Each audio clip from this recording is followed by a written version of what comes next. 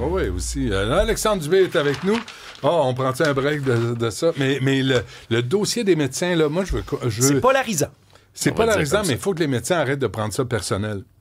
Moi, là, je veux qu'on regarde ça là, pour le bien commun, autant pour les médecins que pour les patients. Puis là, il faut trouver une façon... Christian Dubé, là, comme ministre de la Santé, c'est un échec. Depuis la COVID, là, c'est un échec. Les listes d'attente n'ont pas été réduites. Il n'y a pas moins de temps d'attente à l'urgence. Il y a pas... C'est un échec. Alors là, il l'a échappé. Et on dit que c'est un grand gestionnaire, pas là-dessus. Nomination de Geneviève Biron, Santé Québec, c'est de la bullshit. C'est de la crise de bullshit dont on n'avait pas besoin. Le système n'avait pas besoin de ça. Avait besoin des ententes, d'une façon de procéder pour permettre aux médecins de travailler. C'est ce dont on a besoin. Quand on me dit, à Gatineau, il y a 5 blocs opératoires, il y en a 7, il y en a 5 de fermés parce qu'il n'y a pas de personnel, Christian Dubé, lui, au lieu de vouloir gérer le quotidien des médecins, pourquoi il ne s'occupe pas de leur fournir le personnel nécessaire? Ouais. Sans trahir certaines confidences, là, actuellement, il y a l'avenir de certains GMF qui se joue. Là. Parce qu'il ne faut pas oublier une chose, Benoît. T'sais, là, l'arrivée de la loi 2, ça coïncide à certains endroits avec des renouvellements de bail, disons à la fin de l'année. Hein? On se dirige vers la fin de l'année. Alors là, il y a des groupes, hypothétiquement. Exemple, sont une quinzaine de médecins dans le GMF. Bon. Peut-être qu'il y en a qui n'auront plus envie de pratiquer la médecine.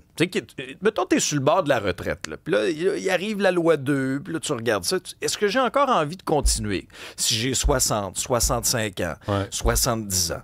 Ça se peut que non. Là. Puis à un moment donné, si tu as servi le Québec pendant 30-40 ans, ça se peut que tu aies envie de prendre ta retraite.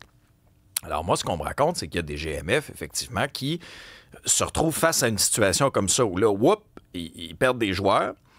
Alors, si tu perds des joueurs, si t'es, au lieu d'être 15, t'es 7 à payer le loyer, là, t'as beau essayer de diminuer au minimum les pieds carrés, des fois, la facture que t'as devant toi, ça peut doubler, là. Et là, il y a des médecins qui font des calculs en ce moment avec des calculateurs, avec les paramètres de la loi 2, puis là, ils voient leur rémunération diminuer considérablement. Ça, c'est les chiffres, c'est les faits, là. On a beau dire toutes sortes de choses. Mais en même temps, tout ça, les fournitures, les loyers, c'est déductible d'impôts. Ben oui, c'est sûr. Non, mais c'est ça qu'il faut faire. Oui. Moi, je suis tanné d'entendre les médecins se présenter en victime. Oui, c'est un problème. Là, ça leur coûte cher. On va quand même pas demander aux médecins de payer pour travailler. Ben, Benoît... Alors là, je suis d'accord là-dessus. Ouais. Mais dites l'ensemble du portrait.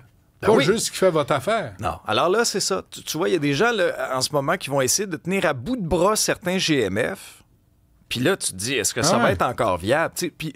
Ça, c'est dans le Grand Montréal métropolitain. Oui. En région, là, il y en a un qui quitte, il y en a 2 qui quittent. Le système s'effondre. L'impact est très grand, là. Alors, tu vois, puis c'est des gens...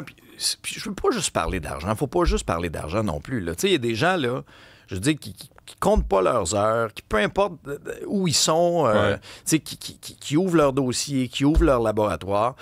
Fait que des fois, c'est correct. Nous autres, on commande ce qui se passe, c'est correct, mais il faut avoir aussi, des fois, comme on dit, le big picture là, dans son ensemble. Fait que des fois, c'est un éclairage. On entend toutes sortes de choses à gauche puis à droite dans notre entourage. Puis c'est peut-être votre cas aussi, c'est mon cas. Puis, sais-tu ce qu'on oublie aussi? Puis là, moi, je vais des deux côtés de la clôture. Là.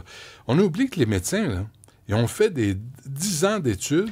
Ils ont fait des spécialisations. Puis, tu sais, c'est comme, est-ce qu'on donne la valeur? Il faut être un intellectuel, il faut être capable de gérer l'apprentissage de devenir médecin. Puis ça, à nos yeux, au Québec, ça n'a comme pas d'importance. Mais il faut donner de l'importance à ça. Oui, ça c'est clair. Ça c'est clair. Puis il ne faut pas oublier que c'est des humains aussi. Des fois, on a... Aussi, ils ont des familles. qui ont des familles, ils ont des divorces. Le journal. Ils ont des divorces, ils ont des responsabilités familiales, ils ont des bad luck aussi. Il y a tout ça, là. C'est pour ça que je trouve ça important de ne pas prendre un camp ou un autre. Non, puis moi, je suis très transparent, mais j'en ai dans mon entourage, là, puis je vois les conséquences humaines que ça peut avoir, là, tout ce qui se dit. Ah, c'est clair. Fait que nous autres, les clowns, pendant ce temps-là, as-tu vu ça? Oui, mais non, tout mais n'est pas blanc, tout n'est pas noir. Non, ouais. mais c'est parce que c'est ça, là. C'est ça. Le statu quo, il est peu acceptable. C'est sûr. Mais tout n'est pas blanc, tout n'est pas noir. Ouais. La nuance, elle est importante. Puis le système de pénalité, je pense que ça marche pas. Ah, ben ça a braqué bien du monde. Ça, c'est sûr. Je pense, surtout quand on t'explique que là, un médecin est puni parce qu'un lit ne monte pas à l'étage, mais qu'à l'étage, il dépend du CHSLD ou d'une autre institution.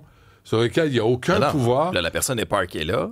Ça coûte cher, ça aussi, on l'a vu. Puis là, c'est le médecin à l'origine qui doit payer pour ça. Ça n'a pas de sens. Ouais. Ça n'a pas de sens. Je comprends leur colère. Mais je comprends la colère des patients aussi.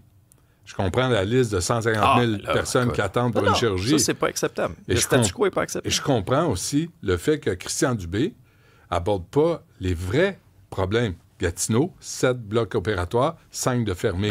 Ils ne trouvent pas le staff. Puis Gatineau, là, on parlait de l'exode. On s'inquiétait de l'exode de nos médecins. Hey, il y a quoi? Il y a 5 ponts à Gatineau pour aller jusqu'à Ottawa? Comment tu dis ça, bebaille, en français? Non, mais c'est ça, là. Ouais. Mais c'est pas ça que je t'ai venu te parler. Mais non, mais nous autres, c'est important. On est il est déjà 10 heures. Mais on est dans le temps. Non, mais on est, la radio, là, on est dans le moment présent. Ah, tout à fait. Et c'est ce que les gens ressentent. Ouais. Puis là, j'entends les médecins, moi, tu sais, la rencontre au Centre Bell, mais je les entends dire, c'est parce qu'il faut indiquer. Ce que j'en conclus, c'est que Dr. Oliva et Dr. Amio font pas une bien bonne job pour expliquer et pour proposer des solutions. Moi, je trouve, dans ce temps-là, là, les meilleurs qu'on fait à nos micros, là, c'est les gens de terrain, là.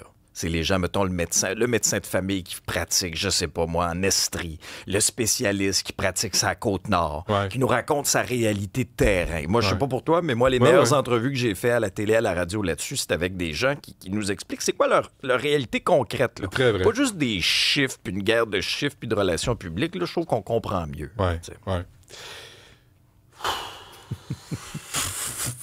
Décorer en fin de semaine. Ça va changer l'atmosphère. On le fait-tu pareil ou on arrête ça là? Fais-moi t'en fasses un. Parlant de décoration. Bon, je vais y aller avec la décoration. T'es vraiment un professionnel. T'as certainement remarqué, Benoît, à la Maison-Blanche, que la décoration a changé un petit peu depuis le retour du Donald. Il y a beaucoup plus de dorures dans le bureau ovale. Hein? Avec ses prédécesseurs, c'était un petit peu plus sobre. Mais quand Trump est arrivé, il est arrivé avec son bling-bling, tu comprends? Mais là, il y a eu toutes sortes de rumeurs, OK? Attends un petit peu, Jean-François, je vais lancer l'extrait, il faut que je le mette en contexte, là, excuse-moi. Il y a eu toutes sortes de rumeurs, OK? Sur Internet, des fois, il y a des petites perles. Il y a des internautes qui se sont mis à comparer les dorures sur les murs de la Maison-Blanche ou sur le foyer, les espèces de petits objets, les ornements, avec des trucs qui étaient en vente chez Home Depot. Et là, il y a toute une mode, do it yourself là, sur Internet. Ouais. Bon, fait que là, les gens disaient, OK, avec un petit peu, mettons, une petite teinture dorée. Colin, ça ressemble à ce qui est en vente chez Home Depot. Alors là, Trump a reçu Laura Ingraham de Fox News à la Maison-Blanche et il en a profité pour démentir les rumeurs que les objets dorés en question, que ces dorures, proviendraient de chez Home Depot. Je vous fais entendre la séquence. Why not? You can't imitate gold, real gold. There's no paint that imitates gold. So these aren't like from Home Depot or something? No, this is not Home Depot stuff. No, not stuff you buy. This is not Home Depot. Donc là, elle a confronté le président. Elle lui a demandé, mais avec les rumeurs, là, ça vient-tu de chez Home Depot? Il dit non, ça vient pas de chez Home Depot. Parce que vous savez ce qu'il y a de bien avec l'or, on ne peut pas imiter l'or. Je suis comme pas sûr. Et le président dit, il n'existe pas de peinture qui imite l'or. Alors, le président a dit, non, j'ai financé tout ça. Ça vient de ma poche. Alors, voilà. Voilà que le président américain, après avoir voulu, c'est en chantier, là, la fameuse salle de bal, là, avec certains donateurs. Ouais. Alors, voilà qu'il fait le point sur une autre grande rumeur à la Maison-Blanche, la dorure. Mais vois-tu l'évolution du personnage? Là, il est dans la dorure parce qu'il a changé sa teinture. Avant, il était plus dans l'Halloween. C'était plus dans l'orange. Mais il se voit qu'avec l'âge, l'orange, ça passe moins. Mais la couleur Pantone, il s'adapte, le président. C'est ça. Il a un grand sens du chic et de la mode. Absolument. Alors, voilà un autre dossier de réglé. Mais c'est important ce que tu as dit sur la réalité des médecins. C'est important de l'entendre. C'est important. C'est pour ça qu'on va faire la chronique demain. Ben oui. Alors, on n'est pas à court de coin-coin. Non. C'est un cirque, hein, le spectacle qui n'arrête jamais. Ah oui, monsieur. Merci.